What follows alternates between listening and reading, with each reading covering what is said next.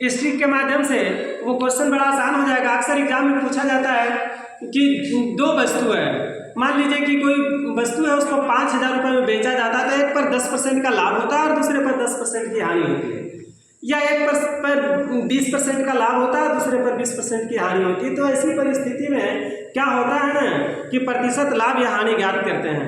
तो जानते हैं जब विक्रय मूल्य दोनों का एक ही होता है, जब विक्रय मूल्य दोनों का एक ही होता है, प्रतिशत जो है लाभ या हानि का सेम रहता है, तो उसी परिस्थिति में हानि होती है। इस बात का ध्यान रखिएगा। मान लीजिए कि कोई वस्तु जो है 5,000 रुपये में बेची गई, दो वस्तुएं हैं, तो एक वो बेचा तो 20% का लाभ हुआ, और दूसरी वस्तु को जब 5,000 रुपये में बेचा तो 20% की हानि हुई, यानी एक में हानि हुआ दूसरे में लाभ हुआ। तो कहता है जब ऐसी परिस्थिति आती है तो सिर्फ हानि ही होता है, यानी प्रतिशत हानि बराबर यहाँ सूत्र होगा प्रतिशत लाभ या हानि के वर्ग बटा 100 होता है।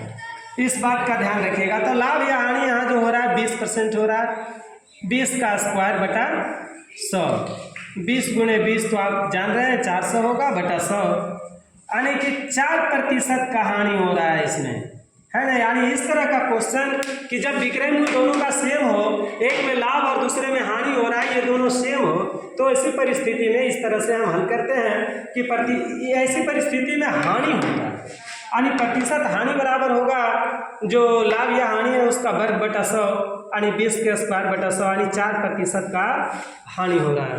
देखते रहिए, सीखते